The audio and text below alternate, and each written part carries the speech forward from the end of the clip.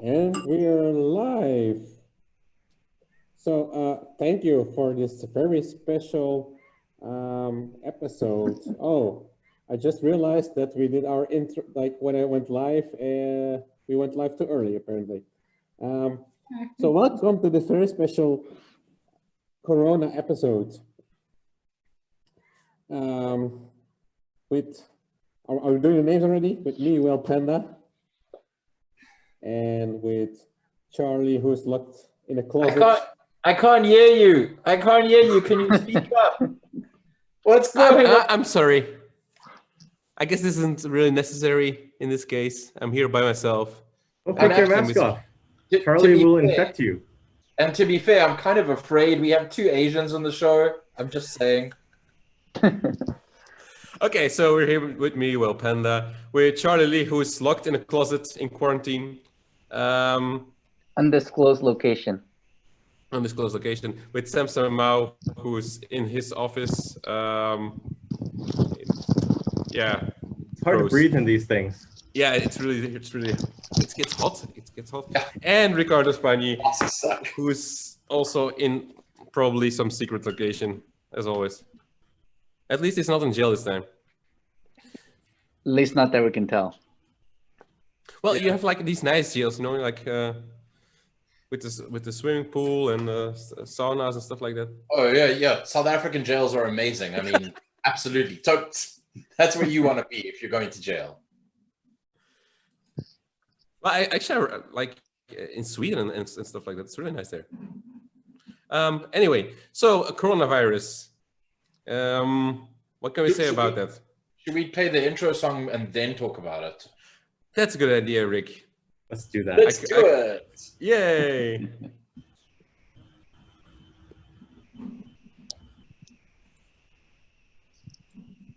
So you're going to cue us in, right? Magical crypto. The best thing to do is simply to hodl.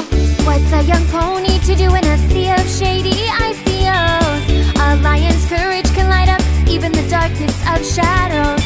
Unlike the corporate suits, the whale panda is wise. A chicken dreams about the moon while soaring in the skies. As Bitcoin sees new all-time highs. All around me I see big blockheads. Magical crypto. The best thing to do is simply to hodl. We'll always buy the dip, and we'll always... And Welcome back. Welcome to the 36th episode of Magical Crypto Friends. This is a Corona special, not beer. Today we will talk an hour about Corona because we, like everyone on Twitter, are specialists in the field. We know everything. Yeah. We know everything, obviously, because just like everyone on Twitter, you know, it's amazing. Twitter is so amazing. So everyone's so skilled in trade.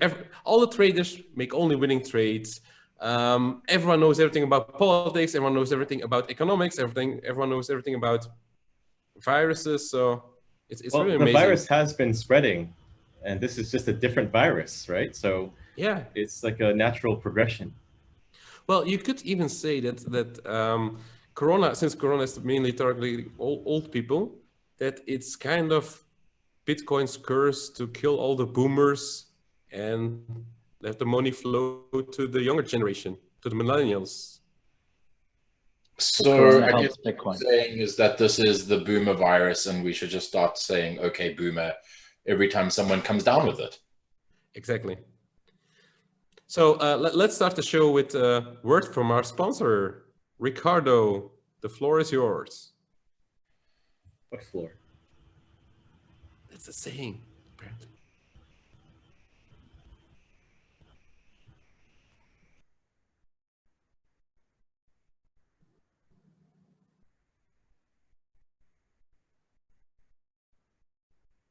Are we supposed to not hear him? No, you're supposed to hear me. So let me try to hear you. We thought like you're doing locally, so okay. It was my new test to see if everyone was concentrating. I guess you guys passed. Okay, again. A word from this episode sponsor, Bitsy. We have just launched their brand new all-in-one order book, which has nothing to do with Uber Eats. An order book is where all buy and sell orders for a trading pair are collected and matched. On conventional exchanges, every trading pair has its own order book. I bet you didn't know that. Bitsy now combines all trading pairs in one order book per main market. Fascinating stuff. This upgrades your trades in 3 ways at a time, and I want you to pay attention to this. This is very important. There will be a test. Firstly, you can take advantage of higher order fill rates and arbitrage opportunities.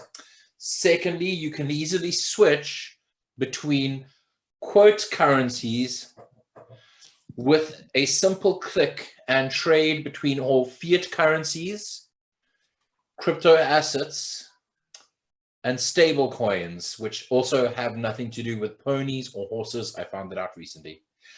And you can trade smaller pairs while seeing the same liquidity and fair pricing as larger trading pairs. Now, isn't that something that you would like to take home to your mom? Be one of the first 500 users to download the Bitsy app for iOS and grab a $10 trading bonus. Happy trading. End of advert. Visit Bitsy at btse.com.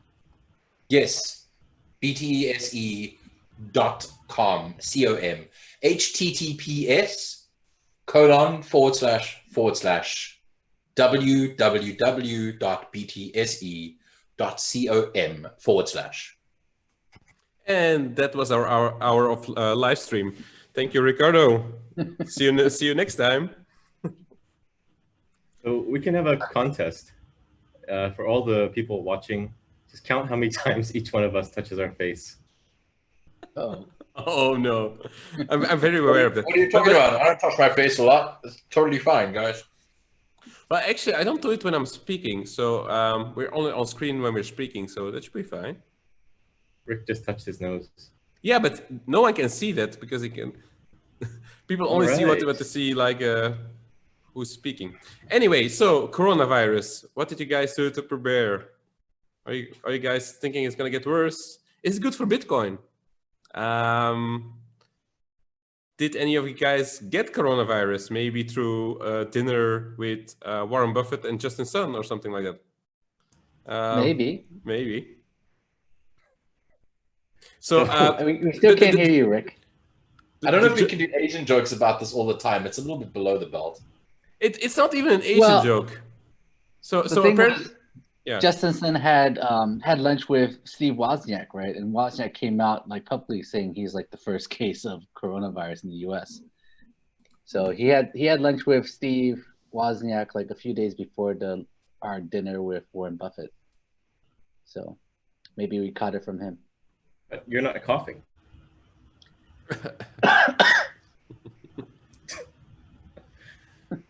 But I saw a lot of people on Twitter, like in the last week, since it started making its way to the US, and all of them are saying, you know, I've been sick in December or January, and I had a really bad cough, and it was really, really bad, and I must have been the first one. But I think that's just in their heads. I don't think it's real. Yeah, but it's how psychology works. I mean, you have people who like get sick and they start looking at websites and they say, oh, I have all those symptoms. I must have brain tumor or something like that. It's just how it always works. Yeah, it's called the WebMD paradox or something, that like if you go and like look up your symptoms on WebMD, you definitely have cancer. And so the trick is not to look up your symptoms on WebMD. Just don't go see a doctor and don't get tested, right? That's the key point. Well, if you don't get tested, then no one will have it. That's the situation for Americans. You can't get tested. I was reading something like someone wanted to get tested and they called the hotline, talked to their GP or a few GPs, and they just got rejected. So the US testing capabilities are just like zero. Yeah, it's pretty bad. Access denied. There's probably a lot of people with the virus just walking around the malls and stuff right now. It's pretty bad. Yeah, of course, and it also is like the interesting thing. Actually, I think is how Bitcoiners respond to this sort of news. So Bitcoiners are mostly a bit weird conspiracy theory kind of guys, or at least a lot of them. So they immediately start prepping for this sort of stuff. And I guess a lot of us have been prepping already before. Not me, actually, not that much at least. Well, we have like two like preppers. preparing for the end of the world, for the end of the economy. So But we have it's two interesting preppers to see in this group. Yeah, It's part of self-sovereignty to some degree that you also like need to value being not overly reliant on the government giving you a handout. Not that you, and I guess there's extremes, right? So you don't need to have like 2 years worth of food in a basement, but I mean, you should be able to last like anything from 4 to 8 weeks. And it's not that difficult. It's just like taking out insurance and stuff like this. So how many kilograms of rice did you buy? I can neither confirm nor deny that I have 65 kilograms of rice in the pantry somewhere. It's like you removed your wine wall and you just like stocked it with pasta and rice and everything. The rice wall now. It's actually I've replaced the wine with tinned food. I have enough tuna to last for like 3 years. Ah, okay. Well, good Just luck. don't go boating with your food. Not your tins, not your food supply. But I haven't really done anything to prep. I think after that chat that we had, I'm thinking about getting a few things, but I haven't really done anything. Last night I bought some basic supplies just because it seems to be running out. Everyone's doing a run on the store, so it's not that I want to prep, but I kind of have to. The problem's not so much like, is this thing going to get out of hand, and will you need to survive for 8 weeks? It's everyone doing a run in the stores like day in, day out, and then you can't even get the basics for a few weeks until people calm down to panic. Yeah, it's kind of like Bitcoin and people doing a run on the banks, right? My main concern is actually not the coronavirus itself, but like if you get sick when the ICUs are already completely full or something happens, then you're basically screwed. So that's what I build your own ICU. Yeah. But another side effect of all of this is that we've seen a lot of cancellations of conferences.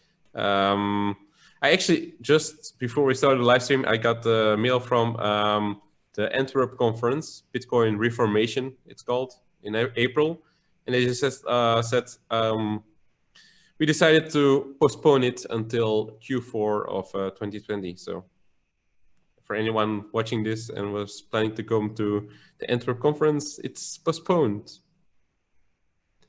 And I think maybe this is a good point to segue into Magical Crypto Conference and sort of what we're doing there, because obviously the coronavirus is top of mind for us. At the same time, we have like the whole of March and the whole of April before we hit the conference, and it is premature. I feel it's premature, and I think we feel it's premature to make any sort of hard call right now. But obviously we're watching it closely. We'll see how things develop, and we have some cool ideas about stuff that we can do if a May conference is just simply not possible. Yep, but who's to say it may clear up in a couple months or in a month or two, right? Which is probably around the time of MCC. So hopefully it'll get better. But if you're reading the news out there, it's very divided. It's either really, really bad, or people are saying the virus is not lethal at all and everything's going to be fine. So it's probably somewhere in the middle. It always is. So anything else we want to add now for MCC? Well, some guy's asking, what's his name? Asking about China. Kamikaze dude. How will the China shutdown affect the markets now that goods are not being shipped? So that's one reason that it may make sense to do a bit of prepping, because supplies will be short. not because of the virus, just because of shutdowns, supply chain disruptions. I know that for Bitcoin mining, there was a bit of a lull where they couldn't manufacture anything new for a while. I think it's picking back up now, but there will be repercussions. I think there will be shortages of certain things. Certain factories are not yet spun up, so some of the factories I used to make swag, they're still down, so I can't make hats right now. But it's coming back, and I think most things in China are going back to normal. So I have a company in China, Pixelmatic, is mostly based out of Shanghai, so we've been seeing it firsthand what's happening, and we had to shut down for an extended period of time just because of the government mandate to close the office down. So we can work remote, so it's not a big disruption, but for a lot of factories and things like that, it is pretty disruptive. Well, speaking of like Bitcoin mining, it's actually quite impressive that the hash rate is at the all-time high, right? Because Wuhan is like the center of Bitcoin mining. A lot of the manufacturers and miners are actually there. I think only one is there. Most of the others are doing their production in Shenzhen or. But there's a lot of like miners actually there, in and around that area. It's hard to say. I think there's more in Sichuan than Wuhan. So obviously, Charlie knows something that Samson doesn't, or the other way around. Other way around. Wait, but which Maybe one's as well, Charlie and Litecoin which one's miners there. Samson though? I don't know. I confuse you guys, especially with the masks on. Then it's impossible to tell. So anyway, moving on. One side effect of all of this is that the people have been talking a lot about virtual conferences and virtual talks. I think it's an interesting thing, mainly because you don't have to travel, and you can do it a lot cheaper. So Udi has been starting with that. Maybe we can do it also once for MCC. Yeah, and you can also be more private, right? Yeah, of course. Even Satoshi can show up. Maybe we should say Satoshi's showing up for MCC. In a virtual form. Not the fake one. Which one? You heard it here first. So what do you guys think about that evolution of virtual conferences? I think it's a great idea. I think yeah, I think we should try it. I kind of like meeting people face to face. So the experience of having a robot attend MCC, a telepresence robot, and me attending through it last year was a little bit interesting, not in a bad way. I have not attended any of the VR meetups yet. I do plan on attending some of them to get a feel for it. But yeah, I think if done correctly, it could be a lot of fun. Sounds like I would have to do a lot of work, though. Well, you're the game designer. For you, it's like a hobby. I mean, this is just production work. It's just building a space. But if you like what you do, it's never work. Yeah. So do you like trading? No. It's work. It's definitely work for me. But anyway, but the idea is even with the VR stuff, you can still get sponsors, so you can have like nice banners and everything. And I only see advantages. Of course, if you have like physical products, you cannot show them unless you make a VR version first, which would be a lot of work. Yeah, it is a lot of work. But you can still show your swag. I guess will be relatively easy. We should give out virtual swag. Yeah. Cheap. Again, a lot of work for somebody here. But I mean, it's like I think the nice thing is if someone in our group owned, say, a game company that was capable of producing 3D things, that would really reduce the workload, and they could just farm it out to their hypothetical game company that might or might not exist. Hypothetically, yes. So moving on, let's not talk about the depressing coronavirus anymore. What? This is an hour-long coronavirus special. Yeah, I know. I'm already tired of it. So moving on. let's see what Justin Sun has been up to. Steemit. So apparently he bought Steemit, or he bought a part of Steemit, and then he and CC colluded. Charlie, your phone. Yeah. How disrespectful. Phones on silent, please, guys. This is, This is live. this is very serious. Normally we edit this shit out, but not this one. So CC and Justin have been colluding and trying to take over the network because as soon as Steemit people, I just realized I touched my face. Thank you, Samson. I'm very aware of that. So apparently there was like a soft fork that was planned to cut Justin out or something like that. Does anyone have more information about this? Because I didn't really follow it that closely. I just can't believe that someone would want to hack Steam.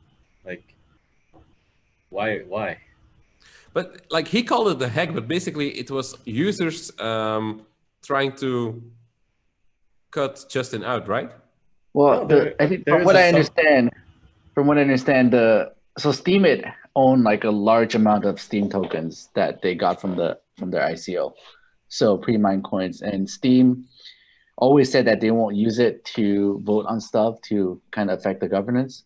But then Justin Sun bought out Steemit, so he now owns like whatever 65 million Steam tokens, and the community kind of wanted to limit his power, so they decided to soft fork and either like destroy his coins or like prevent it from voting. And then he thought that that's destroying his property, so he acted accordingly to protect himself. So the hackers are the community. I don't know the details, but he thinks they're actually hackers trying to hack his coins. So, oh, that's a great spin.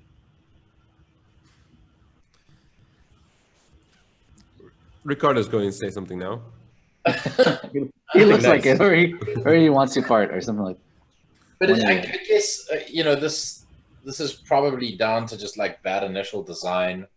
To have any, well, it really boils down to a problem with any sort of stake-weighted voting. That you're always going to have an entity that can acquire a lot of stake, whether it's exchanges where people make deposits and those aren't going anywhere. They're not going to be replaced by DeFi exchanges anytime soon. Or whether it's something like this where you've got like some sort of central body that has a tax. Proof of stake is an issue. And with it. Yeah, people like it because there's no barrier. They can just say I'm staking, and then I have a say in the network, and there's no cost, no setup, no electricity or anything. People actually like it because they think they can make money from it. Yeah, they think they earn like interest 10% a year. Yeah, though they don't realize it's just, I mean, if it's basically it's inflation. If you're not staking, then you're losing money. So it's kind of silly, but it's kind of the human psychology where if you think that you're making money, it's actually a good thing. But it's also interesting, like it really shows the weakness of proof of stake. And a lot of exchanges now have been promoting like, oh, come stake with us, like Coinbase and Kraken. They have staking pools for Tezos and some other coins. And it's really like, and they offer actually quite a competitive rate compared to like if you have to set up the nodes yourself and everything and maintain everything. So the tokens are really like going to be very centralized on those exchanges, even more than with something like Bitcoin, for example. Yeah, definitely. So that's going to be a very interesting thing we'll see develop, I guess, for proof of stake. We're going to see more stake wars. Yeah, exactly. Hacking. Well, that's always a threat because previously, which coin was it that got an exchange got hacked and the hacker stole like 20-30% of the coins in existence of that coin? Was it Vericoin or some other coin? But that was a huge threat to any proof of stake coin if the exchange gets hacked. Yeah, It doesn't really matter though. These are all honeypots. Even the weaker proof of work coins too. Basically, most of the stuff out there is a honeypot. So, but Ethereum is still going to do proof of stake, so that will be interesting. Moving on. So, did you guys see those tweets from Angela Walch a couple of days ago? They're actually quite interesting. Well, interesting.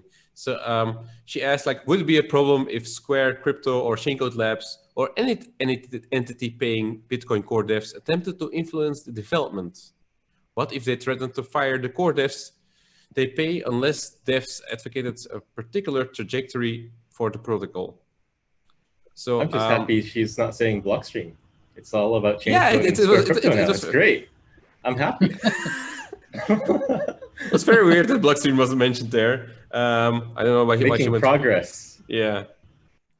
I don't know why she mentioned Square and Shaincode Labs there. But I mean, it's a comment that keeps coming up. I mean, I've seen it over the years a couple of times, but apparently people still asking those questions.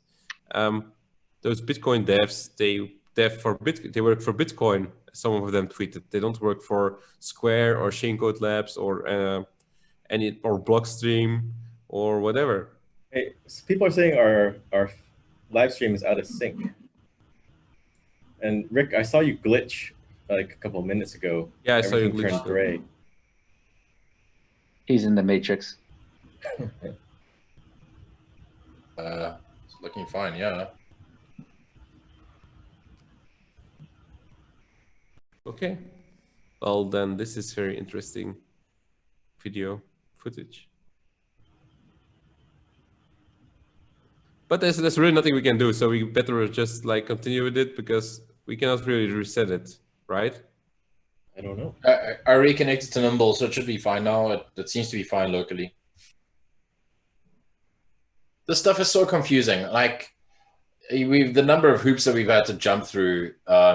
So maybe just because it's interesting, we use Zoom so that Zoom automatically switches between whoever the active speaker is. From Zoom, we have an RTMP stream going into something called Nimble Streamer that sits on a Windows machine that's hosted at a data center. Nimble Streamer then grabs that and makes it available as an RTMP subscription to Wirecast, and then we ingest that into Wirecast so that we can play videos and do overlays and you know, cool stuff like you know, here's my name showing up. It's so cool. Oh wow! Now my name can go away. Ooh, goodbye. And obviously then that pushes to YouTube. But the upshot of all of this is you get like a 15-second delay going from Zoom to Nimble Streamer to Wirecast. So I've got to sit like trying to time things, which is hard. And then from Wirecast, there's another 15-second delay to YouTube. So sometimes by the time you guys say like, oh no, there's something wrong, it takes us like another sort of minute or two to react. So sorry about that. You just turned your title card on.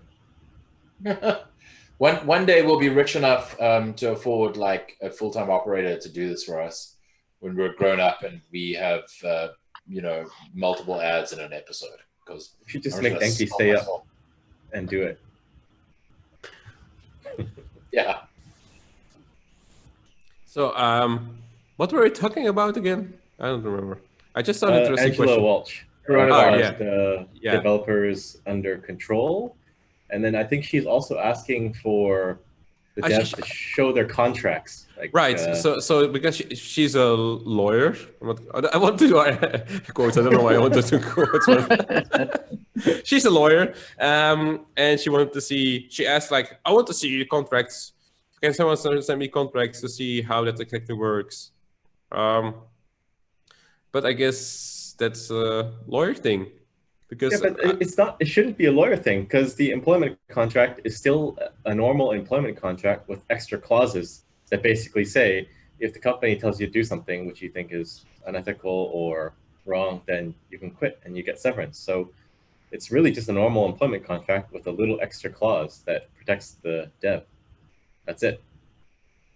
But the annoying thing about her, I think I muted her, is that she's been saying this kind of stuff for years and people have been trying to educate her because it looks like she's seriously trying to understand it, but then she just doesn't. So I just ignore her. Well, it's typical concern trolling, right? It's like the definition of concern trolling. So this is basically what she's been doing like all this time. Yeah. Yeah, I kind of just ignore it.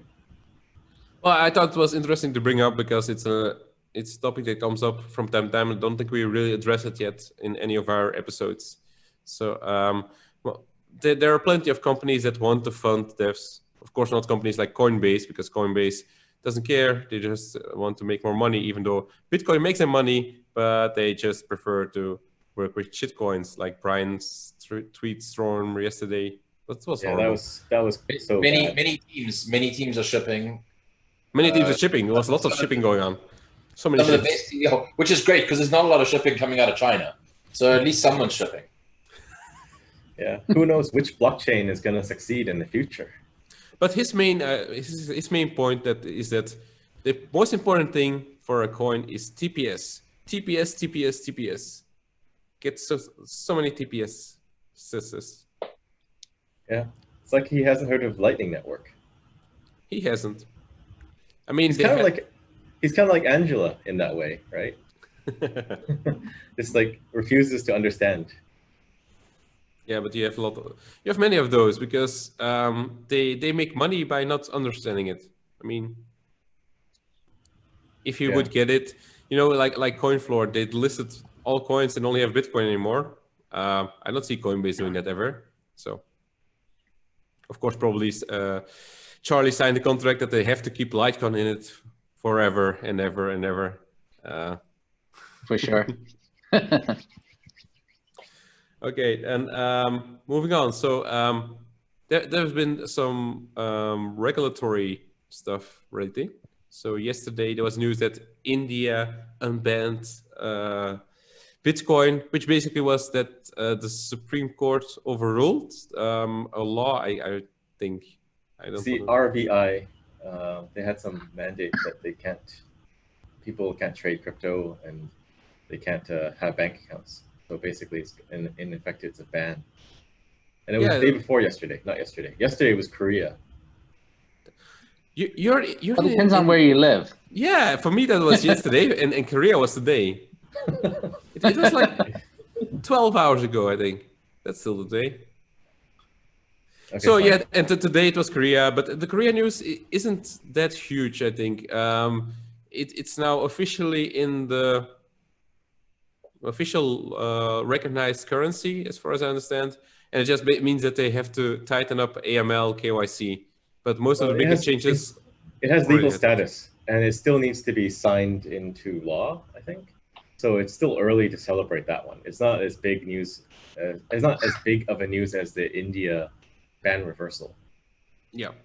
Well, the India one is interesting, but at the same time, India is not really that rich of a country, and I guess most of the rich Indian people have bank accounts or live somewhere else, or they have access to crypto if they want to be exposed to it in another way. I think it's big because you have access now to 1 billion people, and I think Indians like gold, so it's a natural jump to go to Bitcoin, digital gold. That's true, especially with the government cracking down on gold. Yeah, well, I think gold because they like the shininess and the jewelry aspect of gold, so I'm not sure it's a natural shift to Bitcoin. Well, we'll see. But I do think it's a big bonus for Bitcoin because... For sure, it's a huge market. Unbanning, right? That's big. Yeah. What else was it? The Indians actually need Bitcoin the most because they have the demonetization where they're taking notes out of circulation. So if anything, they should have Bitcoin. Like they need it the most. I mean, it's a little more complex than that because of the availability of like high-speed internet and smartphones and so on. We have the same issue in South Africa, or in Africa in general, where you sometimes leapfrog because, like right now, the Chinese are pushing smartphones into Africa in a very big way, like really cheap phones that are just being put out there. They run Android. They're totally insecure, but they do the job, right? And there's proliferation of 3G and LTE and even 5G to some degree. And so there is, I think, going to be a leapfrog, and you're probably going to find in places like South America or Latin America, Africa and India, that when things really start to spin up, that like with Bitcoin and other teams that are delivering and shipping, that's where it'll proliferate much faster than like Europe and the US. Okay. I don't have anything to add to that. So I guess Unicoin is back in business now because they had to shut down last year. They've been running like on a skeleton crew, I think mainly just to handle administrative stuff and interact with the Supreme Court. But I think behind the scenes, they've been fighting along with some of the other Indian exchanges. Yep. So good job, Unicoin. Yeah. So they're also a Liquid member. yeah. Great. Just Sorry, thought you what's- guys should know that. I forgot what Liquid is. Can you please remind us? And viewers at home. Do you have the mute button for Samston? I do. Don't worry. I've got Oh, the damn covered. it. It's not my Zoom anymore. The power is in my hands. So moving on. Today there was also the article about a power plant. I guess I think it was natural gas in New York that sets up its own Bitcoin mining operation using the electricity it produces to generate about 50,000 worth of the cryptocurrency every day. So it's an interesting move. It's a plant that had some excess power that was turned off and on quite frequently, apparently, depending on the months. But now it's running all the time. I guess we're gonna see more of that. And of course, you immediately have those concern trolls that like, oh, shouldn't this power be used to Feed the homeless. yeah, something like that. I even have 'Cause no they idea. eat I have no electricity. idea where I was going with that, but that's a good point.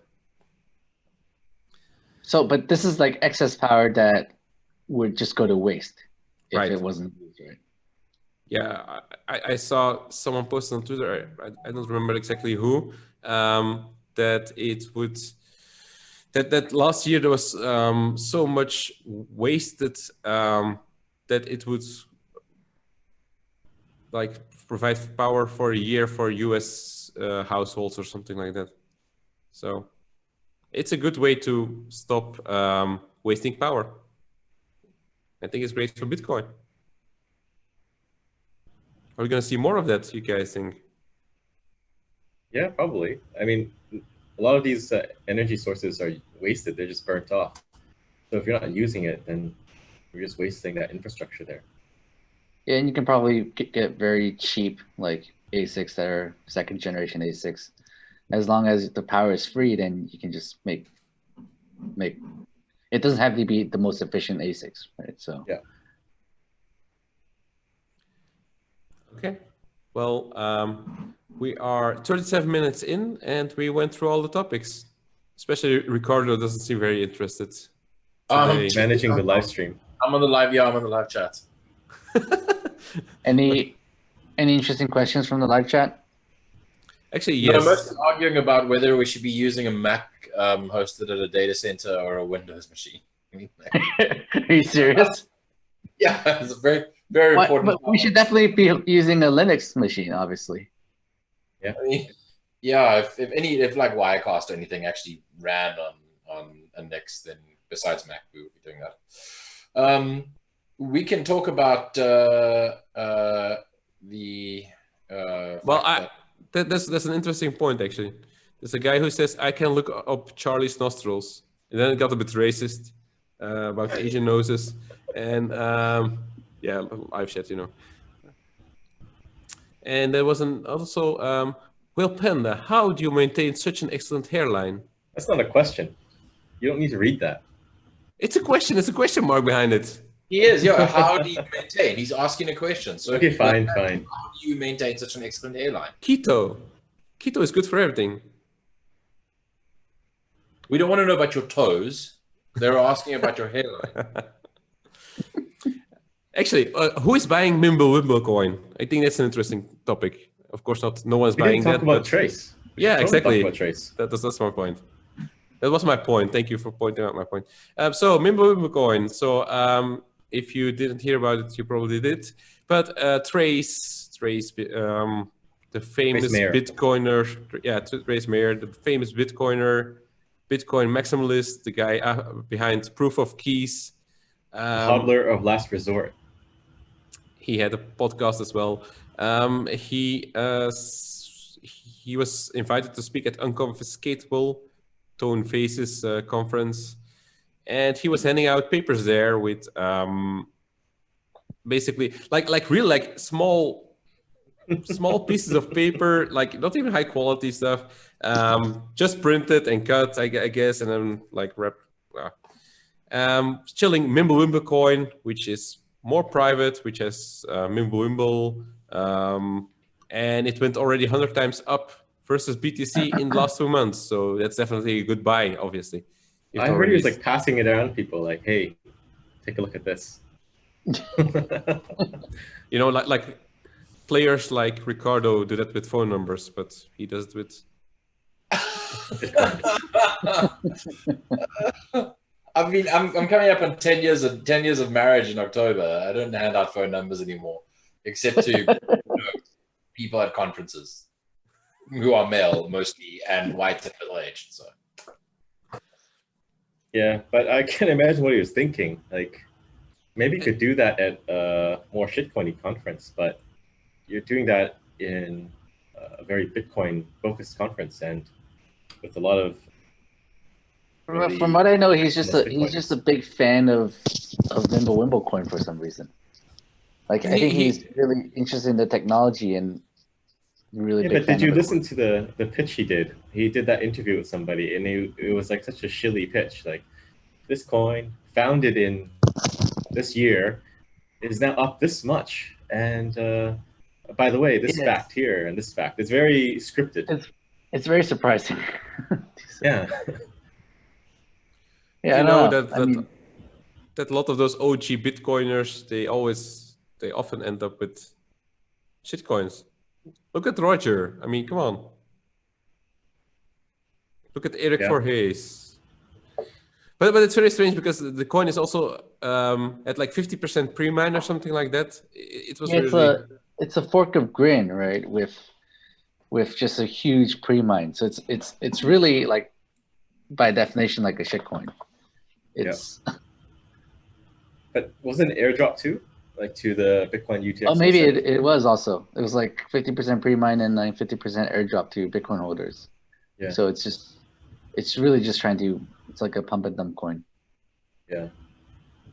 To enrich the founders. So it's really surprising that Chase didn't realize that and was into it. I mean, if you really loved like Mimblewimble, there's Grin, there's Beam. There are two like decent Mimblewimble coins for him to support. Yeah. Or Mimblewimble and Litecoin. Yeah, but that's not out yet. So when it's out, I'll contact him to ask him to show it. It is kind of an odd move. It doesn't really gel with his personality. So I saw someone suggest that it could be that he's wrecked, and so now he's like trying to make money. Yeah, it's possible. The hodler of last resort is wrecked. Well, obviously he didn't hodl if he's wrecked. Yeah, definitely not the hodler of anything then. Well, yeah, it was actually also my idea that was the only excuse, only excuse. I mean, excuse not the right word. Only explanation that I could have come up with for him to do something like that, because it was quite obvious that it was going to like play out like this. Giacomo and some other people started tweeting about it as soon as they saw. But he only gave it to like noobs, so not to like real Bitcoiners, because he knew that tend to come out faster, I guess. Yeah, but I mean, you can't imagine it's not going to come out. Like, how do you know who is a noob and who isn't a noob? Like, someone could think that you're a noob and give you one of those. I'm definitely a noob. So, any updates on Litecoin Mimblewimble development, Charlie? Actually, yeah. So, our developer David Burkett's working hard on it. Right now, we're targeting end of summer release of a testnet. So it's going to take some time, but he's working hard on it. He's actually figured out a way to do basically asynchronous transactions, mimble transactions where the recipient doesn't have to be online to receive coins. So it's going through review. He wrote up a proposal, improvement proposal, and it looks like it actually works, but still need to spend more time looking through it. Okay. All right. So now that we're doing updates, any updates on Monero, Ricardo? Well, Ricardo has nothing to do with Monero anymore, so. Yeah, no longer lead maintainer. So Yeah, so I don't really speak to that. No, I mean there's this new GUI release came out today, just minor point release, nothing sort of phenomenal. There's lots of interesting stuff being done on the research side on this. What's it? Triptych? I don't know how you pronounce it. And yeah, like it's Monero moves ahead. It's its own beast, and I can literally like not have anything to do with it, and it would still move ahead. Of course, I'm still involved in and part of the community in a very real way. But it is nice to see that I'm no longer a bus factor. okay. You mean boat factor? A boat factor, yes, that would have been my third thing. Yeah, it is. Like speaking of updates, someone's asking how we think the coronavirus will affect the price of Bitcoin, which is actually an interesting question. Not so much whether it will affect the price, but whether we. What's interesting to me is whether we think that people will flee to Bitcoin in the event of like an outbreak, or whether they will, rather spend their money on supplies or whatever. Well, I think if you look at the broad market, it's Bitcoin hasn't performed yet in a real recession or bear market. So ever since Bitcoin came out in 2010 or 2009, the Bitcoin has been going up basically. So Bitcoin, yeah, of course, Bitcoin has been going up, but so as the stock market. So we haven't really seen how that affects the price of Bitcoin when everything starts dumping. So people tend to exit to liquidity, which is the US dollar. And we also saw a sell-off in Bitcoin, not that much compared to other, well, maybe it was around the same percentage, but we're more used to the big moves than the people who invest with their 401ks and stuff like that. So it will be interesting, but it's very hard to predict. I think that later on they might move into the safe haven that is Bitcoin, but at the moment it's very difficult to say. Well, Bitcoin is still extremely speculative, so it's really not well connected to like the stock market or anything. Exactly, so and it's also a very small market still compared to all those other markets. That is true, early, and it's hard to get into it. So I wouldn't expect people will shift over. But there is the aspect of like easing and negative interest rates, because governments need money to be able to deal with this outbreak, and that might push people to Bitcoin. I mean, obviously, I have no idea. I'm not a trader. I'm terrible at that, but just speculating. Well, it's what people have been saying for the last 10 years, so we'll see if that ends up being true or not. Also, some countries, like for example here in Belgium, you're not allowed to have negative interest rates, at least not for consumers. Like for companies, it's fine, but not for retail. So it's actually forbidden by law to have a negative interest rate. It has to be 0.01 at least. So that's good. That's pretty interesting. Never heard of that before. Yeah, in most countries, that's not the case. So you guys are screwed. I'm fine. I wonder why. Like, how did they actually write that into law in the first place? Like, what's the reasoning for that? I have no idea. It's like, That's it. like, why would you even think about negative interest rates in the first place? That's a very good question. Let me get back to that next episode. Do your research. Yeah, I'll do my research because I honestly have no idea why that's even there. So I hope it will, of course, I hope it will have a positive impact, of course. But you also have like the stupid people who are saying like, oh, but physical money like cash transmits corona as well. So people start using Bitcoin or other cryptocurrencies because of that. Yeah, that's obviously not gonna work That's like not that. going to happen. No. That's not the reason why Bitcoin will become popular. But you know what, though? The coronavirus is going to affect the price of Corona coin quite a bit. You guys heard of that, right? Yeah. But I could see a scenario where the price of Bitcoin does go up because Bitcoiners like you guys are hoarding and you'll sell your supplies off for Bitcoin. I'll sell my supplies for stuff I need, obviously. So if in a couple of years, like I always have like the zombie apocalypse in mind. So I will have my supplies and my vegetables and stuff like that. But I can, of course, sell those vegetables for if you make wine or something else that's like a luxury product at the time. I will not So you'll just be trade. interested. Yeah, I will just trade. But it's better to sell and then buy what you need with Bitcoin. Yeah. That's But, kind of the purpose of money. At that point, I don't even know we have internet left. So Blockstream satellite. I told you guys, set up your dishes. We can still talk after everything goes down. Yeah, and with no miners for Bitcoin at least. So No, yeah, we'll still have natural gas miners. well, the water power, the hydro plants that can also just keep running. So people also asking about the halving. I think we talked about that already last time. The only interesting thing is that the halving is supposed to happen during our conference in May. Still going to happen during our conference in May.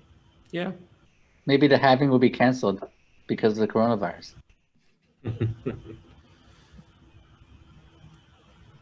Yeah. And I'm out of topics. So no, actually, so talking about Rick coronavirus. zoned out. Rick's laugh was like 30 seconds later. No, because I was just thinking. He's watching the live stream. I was thinking about like the whole the title of the episode, "The Virus is Spreading," and like, you know, maybe we should push for someone to tweet, you know, Bitcoin never gets the coronavirus. I'm sure people already did that. Yeah. I mean, come on. So are we done? Well, no, I want to say like one conference we didn't talk about yet is Bitcoin 2020. So my feeling now is, considering how everything is going, is that they're gonna postpone it. It's supposed to be like next week, right? Or No, it's the end of March. End of March. Yeah, it's 3 really weeks. bad timing. Yeah. Really bad timing. Adam's supposed to go. I also think that naming your conference Bitcoin 2020 is very scammy, because you're implying that you're the official Bitcoin conference, which you're not. So just want to say that. Okay. You've been bottling that up for a long time. Yeah, I have. Scammers. No, actually, this is interesting. So they made a blog post about how it's all about Bitcoin, and if you want to come shill your shitcoin, you're not welcome. Go to a crypto conference, and then they have Salt Landing as a sponsor. And Salt is like the Eric Verhees' scam. They were selling. Yeah, he was CEO of that, and then he got quickly removed when things went south. So only if you have like the original deck, pitch deck, which I have. You will see that Eric Verhees was actually supposed to be CEO there. And they were selling coins for $25 at some point. And now, let me get. So a vendor told me that they were contacted by Bitcoin 2020 to ask them to not bring any Litecoin merchandise to the conference. Only Bitcoin merchandise is allowed. I think I even know which vendor you're talking about. You probably do know which vendor I'm talking about. Yeah. Yeah. Okay. That's very stupid. They're like, what the hell? So you won't see Litecoin unless they're not going to listen to Bitcoin 2020. You won't see Litecoin stuff at Bitcoin 2020. so sad. But even so, with the conference, the majority of the tickets are sold the last 3 weeks, which is basically now for Bitcoin 2020, like really like 75-80%. We were told that last year, and we actually noticed it ourselves as well. So that's probably something you don't know. So even if you do like early bird and later increase the price, people will still wait and pay the higher price of the tickets. People need to FOMO. Yeah. Yeah, so people aren't going to be buying tickets now. Like even when I live there, I'm not going to go because it's just not worth it. Yeah, exactly.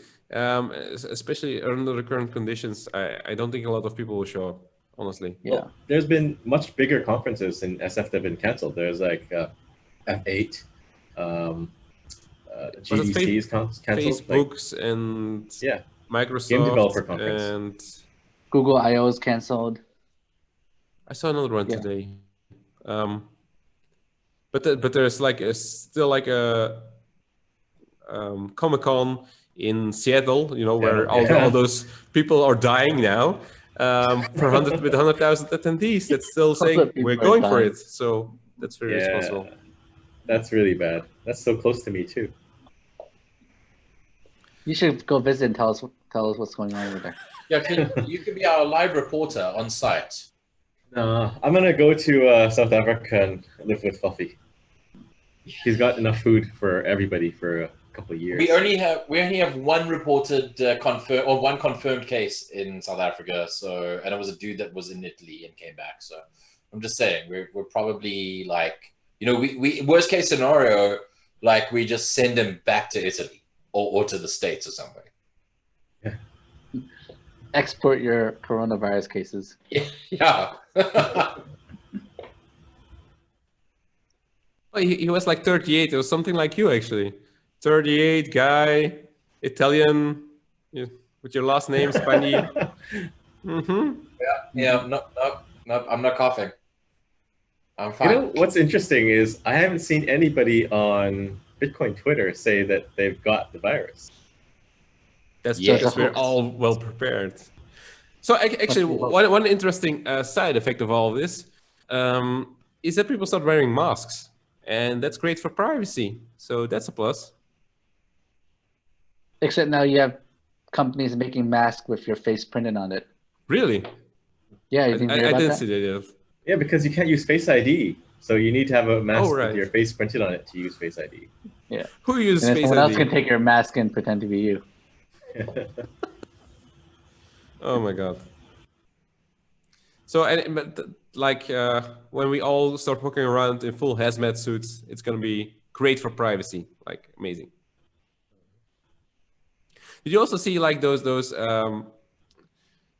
helmets that I believe Chinese police is wearing, where they can see the temperature of everyone? That's really cool and scary, because they use it like to scan for the temperature of everyone, but they can also use it, of course, for facial recognition.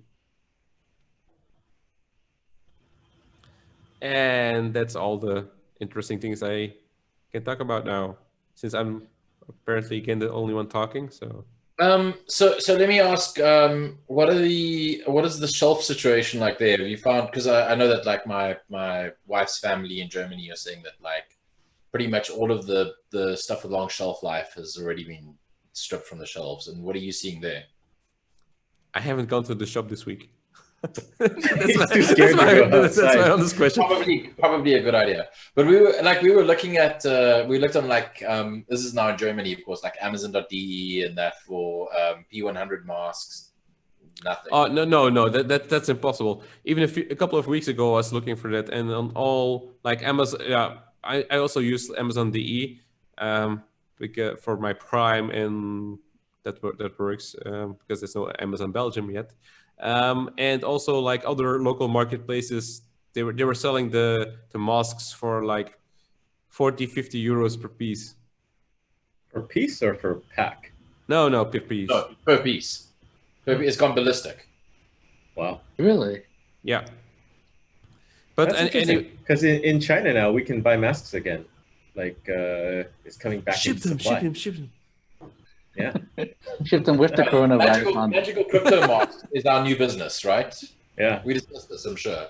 Well, I was thinking to make a mask with the animal printed and give those out at the conference. So, but I haven't heard anyone complain about it here yet. I've heard some like there was someone today in Australia who got tasered over a fight for toilet paper or something like that. It's not as crazy here, that's for sure. Well, I went to the store here. The toilet paper aisle is almost cleaned out. Crazy. So it's not impossible. You can save so much money with the bidet, so you don't even need the toilet paper. Yeah. Like, Or one of those Japanese toilets. I mean, come on. Yo, why? I mean, like, how come you guys don't all have like Japanese toilets? Let's start buying them before they run out. That's actually a good question. I don't know. I'm gonna get one. I have one. It's cool. I have one too. They're great. Your toilet seats are like I just don't talk about it much. Next we should episode. we should have an entire episode about Japanese toilets. I'm very opinionated on them. Okay, so the comment was now. Which setting do you like your water on, Rick? The stronger one or the wider one? No, I like a concentrated, Tight beam. the direct beam that sweeps all the gunk out. That's the way you. 45 degrees or 40 degrees? I do like a 40-degree. You know, I just like you want to sort of get that splash up and down, like really just cleansing. You know, none of this like wishy-washy, like gentle, soft stuff, and a bit of heat. You know, really like maybe uncomfortably warm at times. Kills germs too, right? Yeah. And then, of course, when you're done, then you turn on, then the air dryer goes on, and then you get that nice warm cushion of air drying your bum. It's great. Okay. So someone just commented, these live shows really capture the cryptical magic. Yeah. Magic is cryptical with us. I enjoy cryptology as much as the next person. So, well, this episode turned out a bit different than I expected it to be, especially near the end.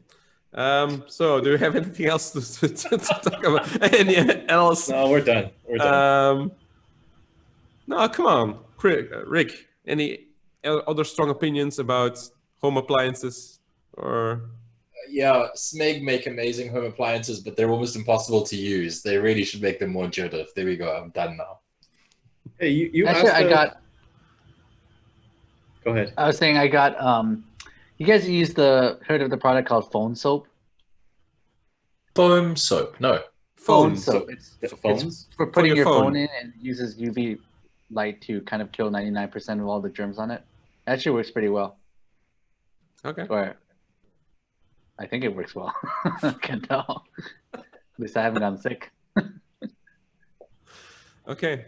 Wait, Will Panda, you asked Charlie and Rick about what's happening with their projects. You didn't ask me about Liquid. Yeah, it's not really a real coin. What do you mean? There's LBTC. That's just Bitcoin, but scammy. No, it's not. Okay. Anyways, I'll let you get away with it this time. Yeah, I started coughing now. Must be the corona. See, I know I shouldn't have taken off the mask. God damn it. You're catching it from me. It's actually very good. Should we have a pool? Which MCF is going to get coronavirus first? Yeah, we can use what's that thing? Augur. Hodl has a prediction market too. Yeah, hodl works as well. Okay. Well, I think so. Asians are more susceptible for it. Asians are more susceptible. No, for it. that's a fact actually. Italians are more susceptible to it. They're listed like not by nationality but by ethnicity apparently. It's in your genes. But anyway, I think Samsung. So if you wear Levi's, then you're okay, or Yeah. is it more like a True Religion Sevens sort of vibe? Anyway, my vote is for Samsung. Hi. You're chief strategy officer. You're going out more No, in I'm not Canada, going anywhere now. US. Well, he's I'm going to co- Seattle to live report for us. It's the So Comic-Con. I would. My bet is on Samson also. I would say it's you, Charlie. And Ricardo I will, think we will already have just it. shoot anyone who comes close to his house. So I set my dogs on them. What are you talking about? yeah, fair point. Well, I Yeah, think Will it's kind of a safe good because he idea doesn't leave his to- house.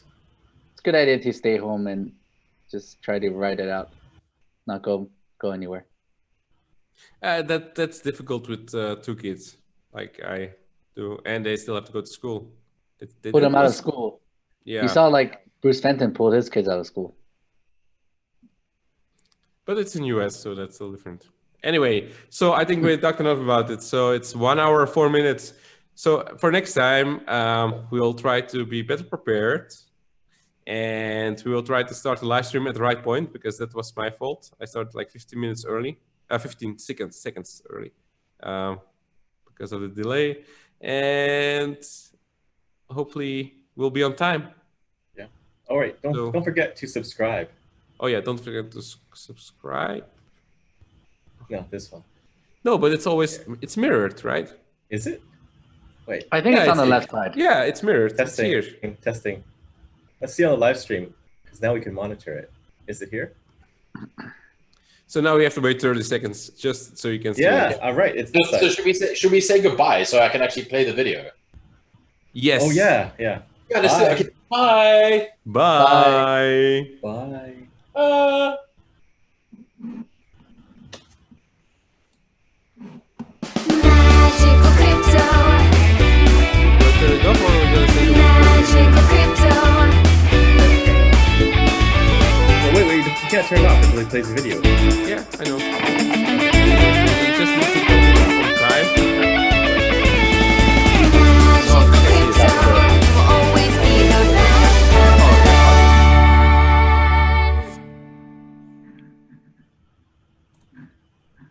friends. MCF 36, right? Yeah.